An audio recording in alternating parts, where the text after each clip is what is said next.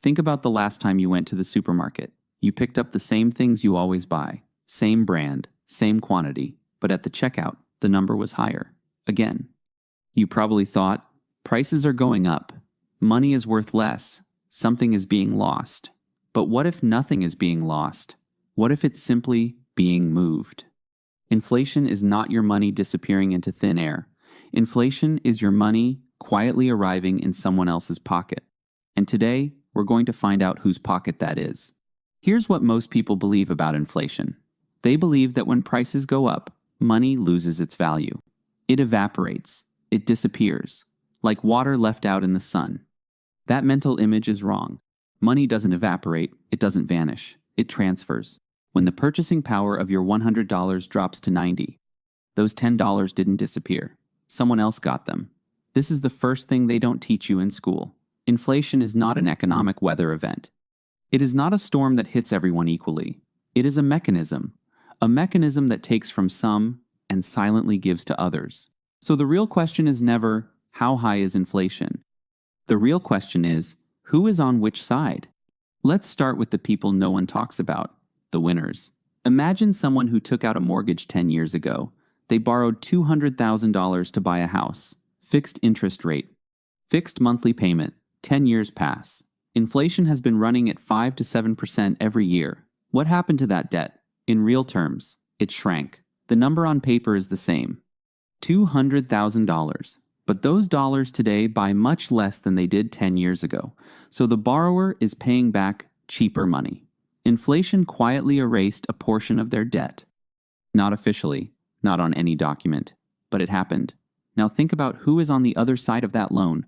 The person who lent the money, the person who saved, the person who trusted the system. They lost. Not because they did anything wrong, because inflation worked against them by design.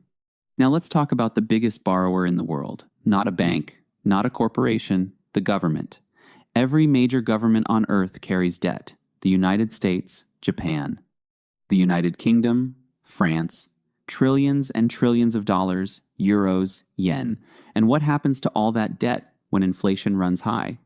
The same thing that happened to the mortgage borrower. It shrinks, in real terms. But governments have a tool the mortgage borrower doesn't. They can print money. When a government prints new money and puts it into the economy, prices go up, inflation rises, and the real value of their existing debt quietly falls. They pay back their old loans with new, cheaper money. There's a name for this. Economists call it by complicated words, but in plain language, it is simply a tax you never voted for. No parliament approved it. No one signed a bill. It just arrives every year, silently, on your grocery receipt. Now we get to the sharpest divide. On one side, people who own things, real estate, stocks, businesses, land. On the other side, people who earn a salary. People whose wealth lives in a number on a bank account. When inflation rises, what happens to a house? Its price goes up. What happens to a company's assets? Their value rises with prices. What happens to a salary?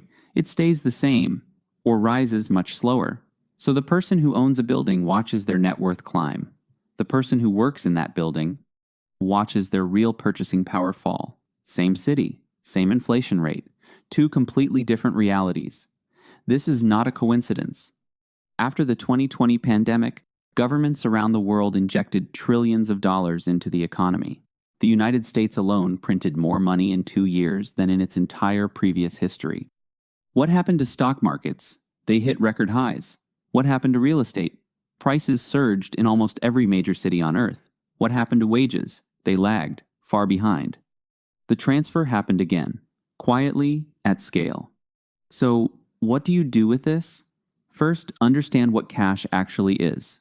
Cash is not a safe place to store wealth. Cash is a starting point. Every year, that money sits in a savings account earning 2%, while inflation runs at 6%.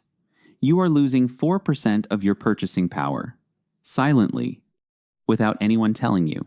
The people who understood this earliest moved their savings into things that rise with inflation: real estate, equities, productive assets. Not because they were smarter, because they understood the rules of the game. The rules are not secret, they are just rarely explained. Inflation will happen again. It always does. The question is never whether you'll be affected. The question is which side of the transfer you'll be on.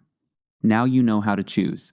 If this changed the way you see money, like, subscribe, and share it with someone who needs to hear this.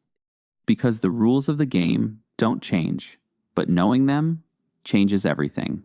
See you next time.